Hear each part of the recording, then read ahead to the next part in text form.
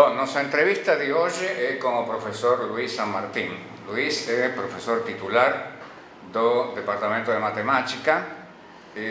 Eu sempre começo dizendo que ele trabalha em determinada área, mas desta vez eu vou perguntar para ele: Luiz, qual é a área em que você trabalha? Bem,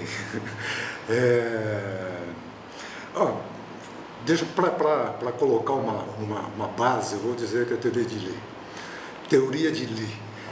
Acontece que a teoria de Lie tem muitas ramificações, né? Quer dizer, uma teoria que se vincula com muitas áreas da matemática, e aí, eventualmente, a gente mexe com uma coisa, mexe com outra. E eu comecei, na verdade, quando fiz o mestrado aqui, isso há 72 anos atrás, acho que um pouco menos, 30 e poucos anos. Não, perto de 40 anos atrás. Eu comecei naquela época, começo da década de 80, 1980, final da década de 70, se começou a aplicar a teoria de Lie, de grupos de Lie, álgebras de Lie, em sistemas de controle, o que algumas pessoas chamaram há algum tempo polisistemas dinâmicos. E eu comecei nisso no mestrado, fui orientado pelo Antônio Kumpera, e ele me apresentou esse tipo de coisa, e foi quando eu comecei a aprender muita coisa de teoria de grupos de Lie, álgebras de Lie. Bem, a partir daí eu fiz doutorado também com aplicações desse tipo, e com o tempo a gente ramifica, né? Faz, assim como a teoria de Lie permite, que tem uma técnica poderosa para analisar uma série de coisas, a gente ramifica sistemas dinâmicos, um pouco de sistemas dinâmicos, geometria diferencial, um pouco de topologia e teoria de controle, sem dúvida, que mantém como uma forma. Então, basicamente, essa é a minha área. Como você explicaria, ou seja, estou pedindo para explicar da maneira mais simples possível para o público que lê, que assiste a estas entrevistas, o que é teoria de Lie, grupos de Lie, álgebra de Lie, quem é esse tal de Lie? A partir eu já pensei nessa resposta. E a resposta é a seguinte, em resumo, para dizer numa frase, a teoria de Lie é uma teoria de simetrias, para estudar objetos, coisas simétricas em matemática, principalmente, assim, para modelar coisas em ciências da natureza, engenharia. Se modela objetos que têm simetrias, muitas simetrias. A teoria de Lie é essencialmente uma teoria desse tipo. A história é mais ou menos a seguinte, né? Quer dizer, as coisas começaram com as ideias de grupos, isso no final do século XVIII, começo do século XIX. A ideia do que a gente chama hoje em dia de grupo começaram a ser desenvolvidas com Lagrange, um pouco posterior com Abel, Galois e começo do século XIX, estudar questões de polinômios algébricos usando simetrias das raízes do polinômio. E essas ideias elas foram sendo desenvolvidas ao longo do século XIX. Tanto é assim que o conceito de grupo que a gente tem hoje, o conceito de grupo é essencialmente um conceito formulado para estudar simetrias de objetos. Quer dizer, o que são simetrias? São coisas invariantes por transformações, por algum tipo de transformação. E o que formaliza isso é o conceito de grupo. Bem, o conceito de grupo, do jeito que a gente conhece hoje, o conceito formal, é um conceito que foi cristalizado no começo do século XX, quer dizer, basicamente um século depois de que as ideias começaram a ser aprofundadas e desenvolvidas. Bem, a teoria de Lie, como a gente chama hoje em dia, na época não se chamava, ela começou a ser desenvolvida com Sophus Lie, Marius Sophus Lie, um matemático norueguês, junto com um colaborador, trabalhava junto, Felix Klein. Isso por volta de 1870, por aí, assim, já na segunda metade do século XIX. E a ideia assim, era estudar simetrias, a ideia original era estudar simetrias de equações diferenciais, quer dizer, portanto, transformações de equações diferenciais que preservam de alguma forma soluções das equações, E também uma coisa que estava muito em voga nessa época, que era a questão das geometrias não euclidianas. Quer dizer, olhar as geometrias não euclidianas através de suas simetrias. Então, as simetrias de uma geometria é a visão da época e a visão atual também são as transformações que preservam os dados geométricos, comprimento, ângulo e coisas desse tipo. Então, as coisas começaram mais ou menos aí, assim, nessa época, e aí que surgiram diferente dos grupos que vinham sendo estudados concretamente antes disso, eram grupos que a gente que se chamavam na época de grupos contínuos, quer dizer, grupos infinitos, com infinitos elementos, e com uma propriedade de continuidade. Tem um contínuo nele, que é o que a gente chama hoje em dia de espaço topológico, variedade, coisas do gênero. E que deu uma característica diferente para a teoria de grupos. E ainda nessa época, assim, década de 1870, talvez lá para 1880, que o Sophus-Lee teve a percepção de definir, inventar ou descobrir, sei lá como é que chama isso, o conceito do que a gente chama hoje em dia de álgebra de Lie, que é um conceito que bem, os grupos contínuos é o que a gente chama hoje em dia de grupos de Lie. E o conceito de álgebra de Lie é um conceito, vamos dizer assim, um conceito infinitesimal dos grupos de Lie. Então, um conceito? Infinitesimal. Quer dizer, ele é obtido através por derivada. Então, os grupos de Lie são grupos que são estudados através do cálculo diferencial. E é obtido por derivada e, portanto, a palavra é infinitesimal, daí que vem essa noção. E isso permitiu um avanço enorme na teoria já a partir do começo. Então, em 1890, por exemplo, já se tinha teoremas profundos, ou pelo menos germes de teoremas profundos, de classificação das álgebras de Lie. Que ano você disse? 1890.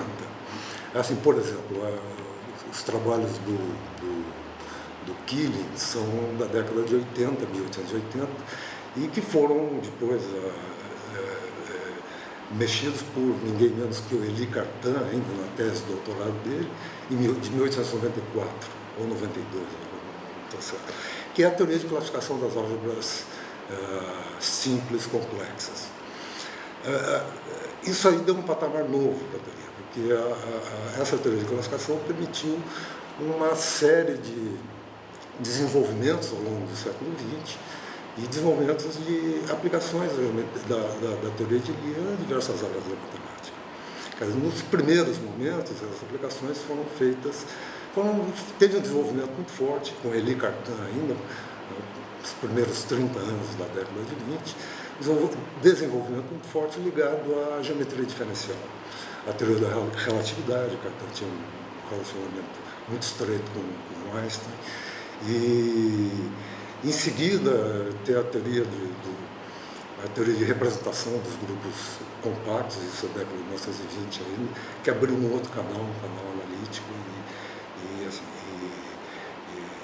e é isso. Então a teoria de Lie, em resumo, deixa eu parar com a história aqui, senão a gente vai embora.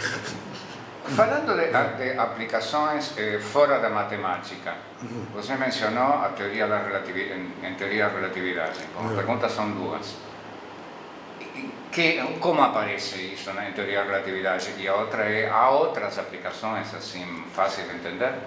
Essencialmente por simetrias, né? Eu acabei de falar meio rápido da teoria de representação dos grupos compactos. Essa teoria foi assim, uma das grandes pessoas que fez isso foi o Hermann Weyl. Isso na década de 1920. O desenvolvimento dessa teoria foi mais ou menos paralelo com o desenvolvimento da mecânica quântica.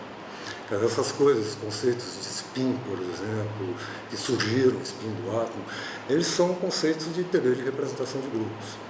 Então, a simetria do movimento de uma partícula é formalizada,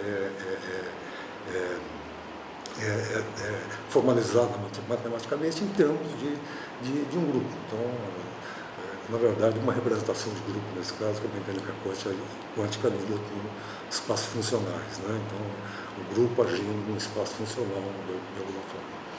Então, esses são os exemplos clássicos. Eu, francamente, não sei chegar em, assim, não sei dizer com detalhes o que vem acontecendo lá para cá, mas, essencialmente, quer dizer, quando modela-se alguma coisa que você procura simetria, você modela com grupos. E tem outra coisa também, quer dizer, normalmente você procura, quer dizer, você tem, às vezes, modelos extremamente complicados, gerais, ou mesmo situações extremamente gerais, né? Quer dizer, eu cito exemplo de sistemas de controle, que você modela de alguma forma muito geral, e que você toma situações mais simples, mais rígidas, como são as situações que aparecem na teoria de Lie, e que são manipuláveis algebricamente, inclusive. Isso ajuda a entender o sistema de controle? Ajuda a dar ideias, pelo menos, talvez não um sistema específico, mas ajuda a fazer aproximações, por exemplo, a coisas desse tipo. E em biologia, aparece alguma coisa interessante de aplicação em biologia? Eu tenho visto algumas coisas como é que chama aquela, o DNA, como é que é, o 64 lá, eu esqueci o nome, as pessoas tentaram, como que é, o código genético. O código genético. É assim, no código genético você tem, sei lá, citosina, adenina, não sei o quê, e você forma combinações, dão 64 combinações, e tem alguns trabalhos, inclusive, pessoal, físicos, inclusive, começaram com isso, de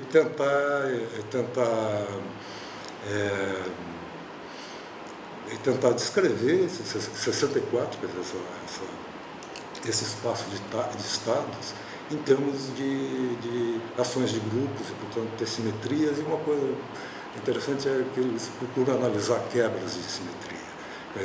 Quebra de simetria. Tem uma certa relação, não sei exatamente dizer o que é, e uma relação que é simétrica para um grupo mais ou menos grande, quer dizer, tem mais ou menos simetria, e você faz uma alteração para ter uma simetria para um grupo menor.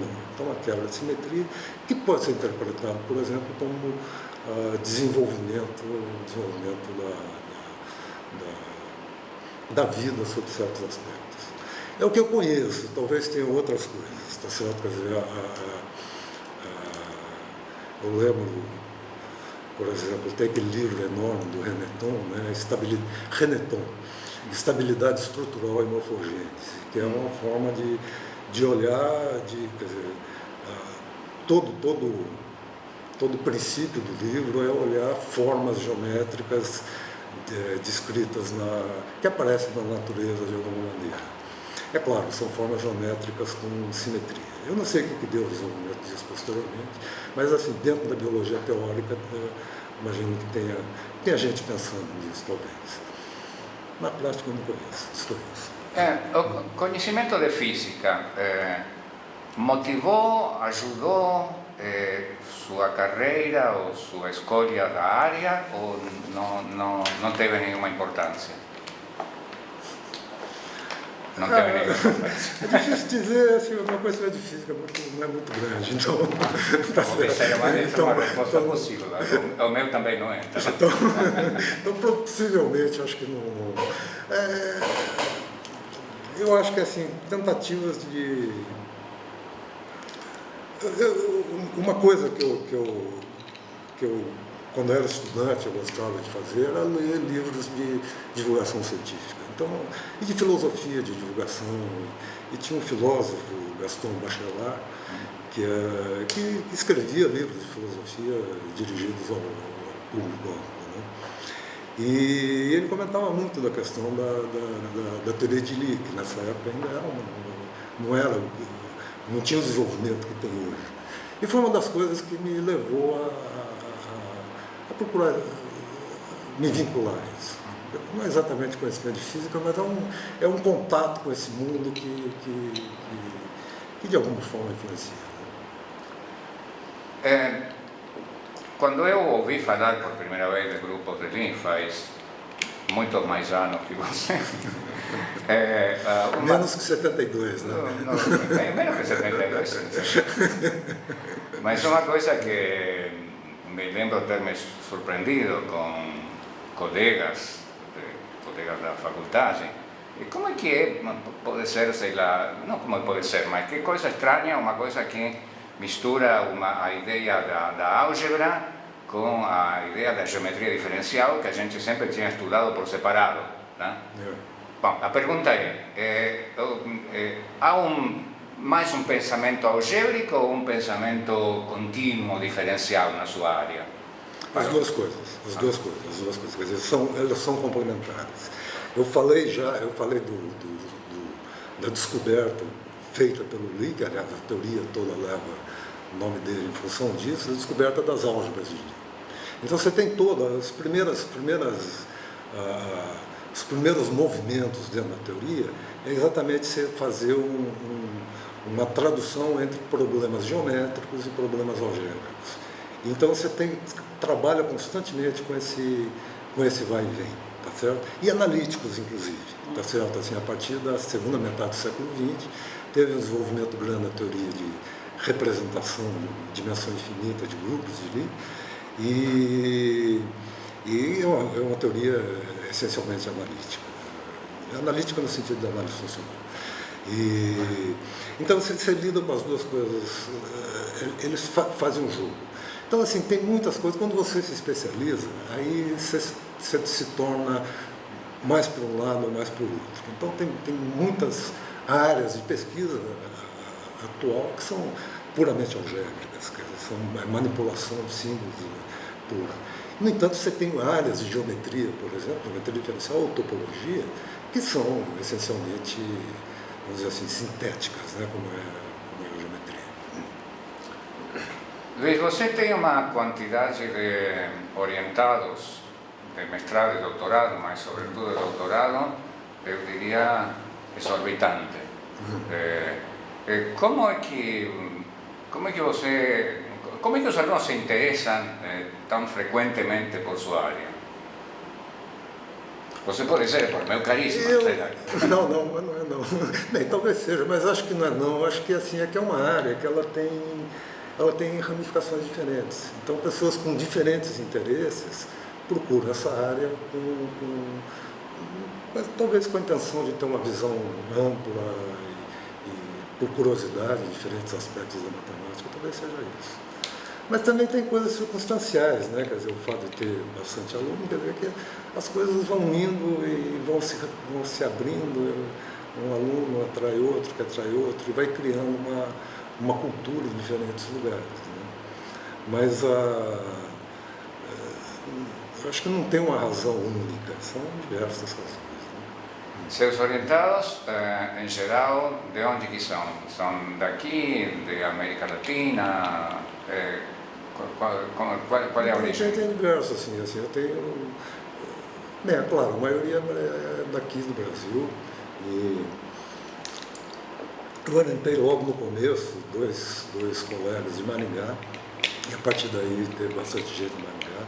Mas eu tenho ex-alunos assim, na América Latina, eu tenho ex-alunos na Argentina, no Chile, através do Vitor Ayala, que ampliou, tenho ex-aluno do Peru, acho que na Bolívia também, não sei como, é que eu não sei direito dizer onde que é.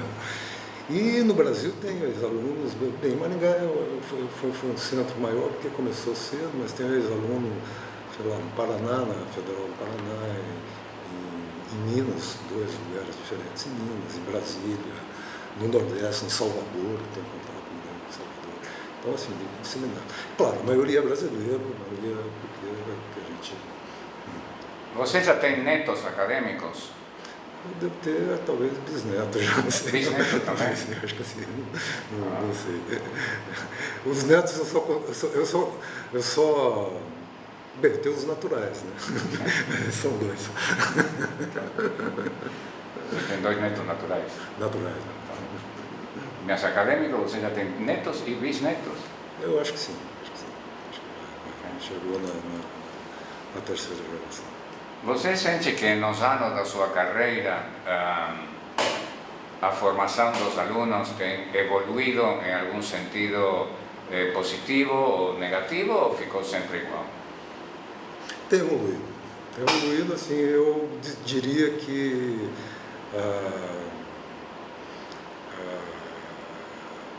o conhecimento matemático no Brasil ele tá mais disseminado do que ele era há 30 anos atrás, ou 20 anos atrás. A matemática brasileira é muito recente, né? Quer dizer, eu me considero, acho que segunda ou terceira geração, e até que essas coisas se disseminem e vão criando, a gente foi criando departamentos, novos cursos de graduação. Então, a cultura matemática, o conhecimento do que é fazer matemática, aumenta, claro. Então, a formação dos alunos, nesse sentido, melhora. Formação técnica aí é difícil de dizer, porque aí varia muito com as pessoas, não é uma questão global só, né? Quais são os seus planos para o futuro? Sei lá. Eu acho que eu nunca fiz plano do futuro. Eu estou com um monte de coisa para fazer, para escrever, então a gente vai vivendo meio dia a dia. Você está longe da aposentadoria ou como? Não, eu já tenho tempo para aposentar e aliás, eu já pedi, já dei uma refugada. Tá certo. Eu já tenho tempo faz 2 anos, mais 2 anos. O seu grupo aqui no IMEC são quantas pessoas, que pessoas?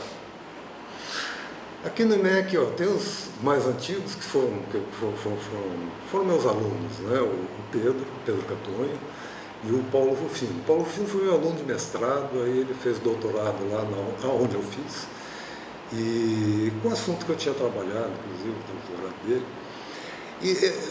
Só que eles foram para uma área, em um determinado momento da vida eu trabalhei com cálculo estocástico, assim, por injunções diversas, e obviamente ligado com questões de grupos de Lie.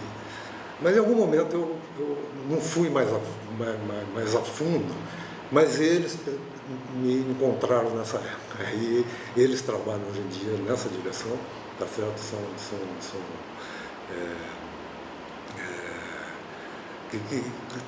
Nisso daí.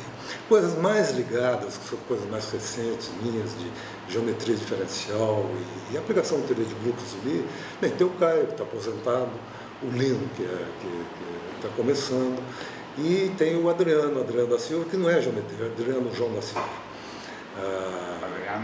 João da Silva, ele está aqui há 1 ou 2 anos, ele foi meu aluno de mestrado, depois fez doutorado comigo e com um sanduíche na Alemanha. E é mais voltado a questões de teoria de controle de sistemas dinâmicos, também com grupos de principalmente de teoria sensíveis. Existem outros grupos no Brasil parecidos com o seu?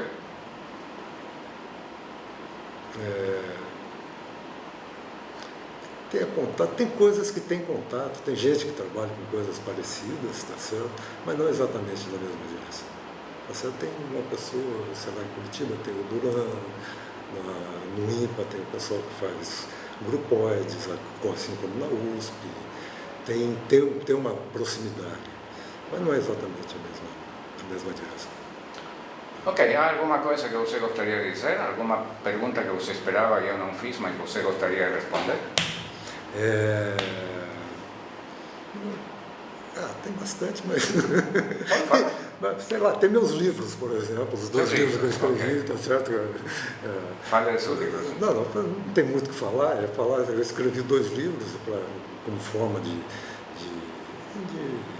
introduzir, disseminar a teoria de Lie aqui, para serem livros para uso de cursos de pós-graduação, um livro de álgebras de Lie, que foi a primeira edição, saiu em 99, já está na 2ª edição.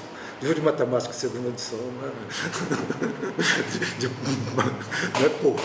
E tem um de grupos de Lie que saiu agora recentemente, que é complementar ao primeiro, e são os 2 livros que são para ser usados em cursos aqui na pós-graduação. Aliás, esse grupo de Lie foi premiado agora, ele recebeu um prêmio Premiado por quem?